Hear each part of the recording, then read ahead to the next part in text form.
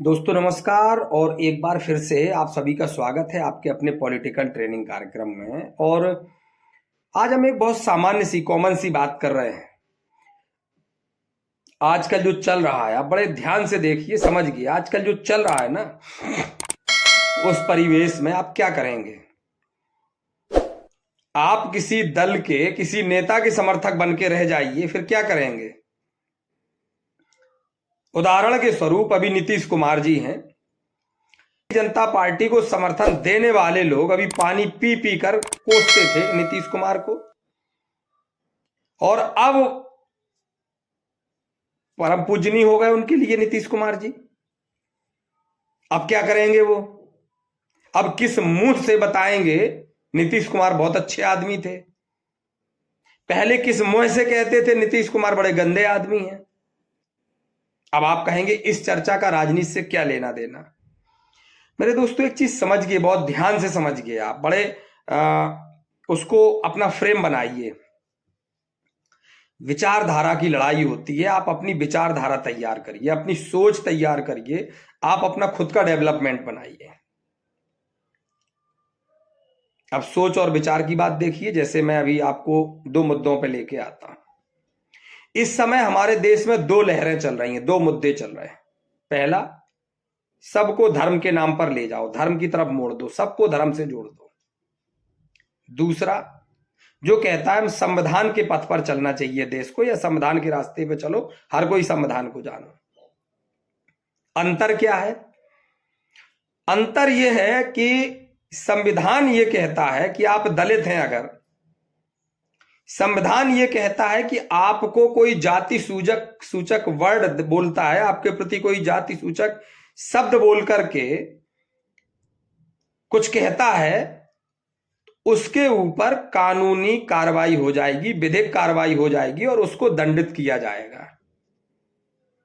धर्म क्या कहता है? धर्म कहता है कि आप जिसको मन हो उसको लज्जित कर दो, उसको बेइज्जत कर दो। वो नीच जात का है, उसका कुल गंदा है। अभी एक बहुत बड़े संत कह रहे थे कि वो तो चमार हैं, चमारों का कार्य नीचता का है। समझ रहे हैं ना आप? अछूत हैं। तो समझिए आपको कहां जाना है।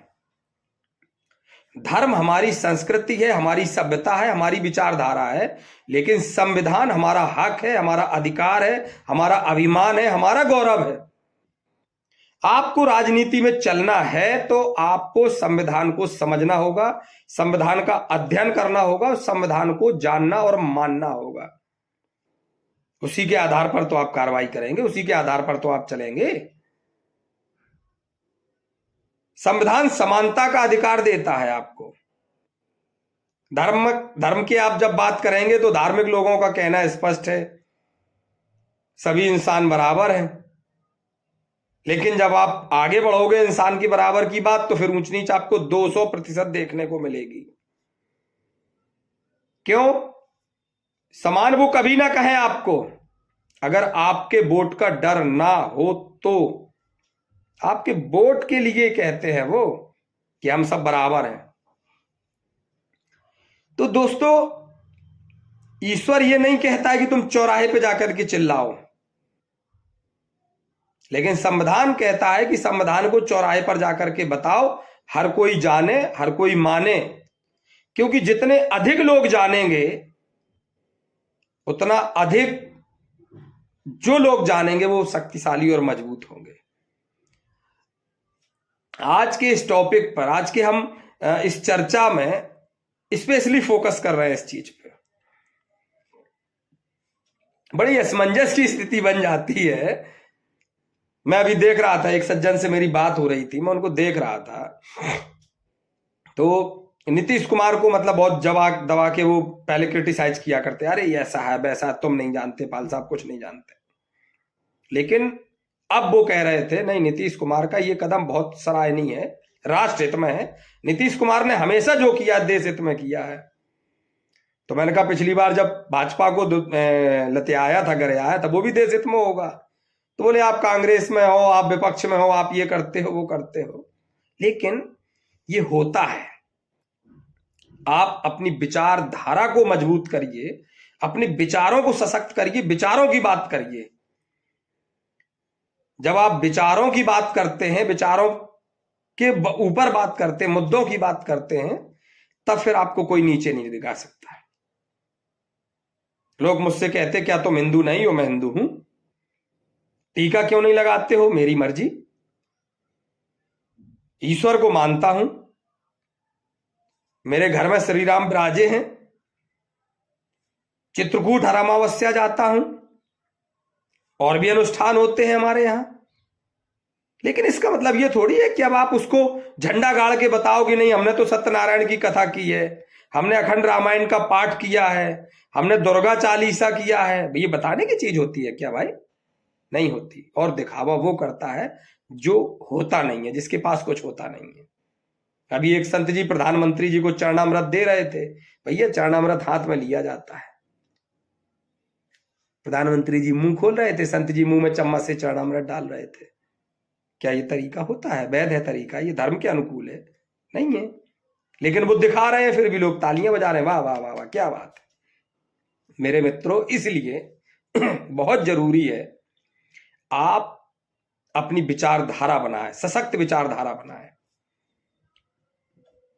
धर्म हमारी संस्कृति और सभ्यता है। मैं पुनः कह रहा हूं, धर्म को सामाजिक कार्यों में, अपने शिष्टता और सभ्यता में उसके धर्म के आचरण को करिए, लेकिन जीवन यापन के लिए, अपने मान सम्मान के लिए, अपनी उन्नति के लिए, अपनी प्रशस्ति के लिए संविधान का ज्ञान परम आवश्यक है।